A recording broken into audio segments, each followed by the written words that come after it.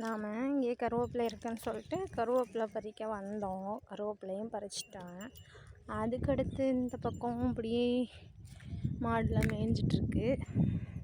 அப்படியே மாடு மேய்ச்சிட்டே சரி இந்த பக்கம் ஒரு கருவேப்பிலை செடி இருக்கே, அது ஏதாச்சும் தழைஞ்சி வந்திருக்கான்னு பார்க்கலாம் அப்படின்னு சொல்லிட்டு வந்துக்கிட்டே இருந்தேன். பாருங்கள், இங்கே ஒரு குழி.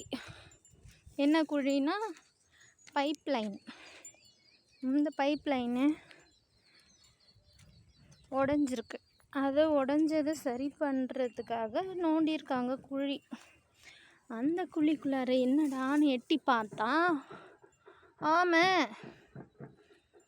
பாவம் யாராச்சும் காப்பாற்றுவாங்களான்னு தலையை நீட்டி பார்த்துட்ருக்கு.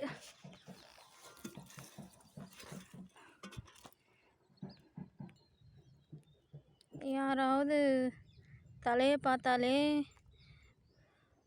அது தலையை உள்ளே இழுத்துக்கும்.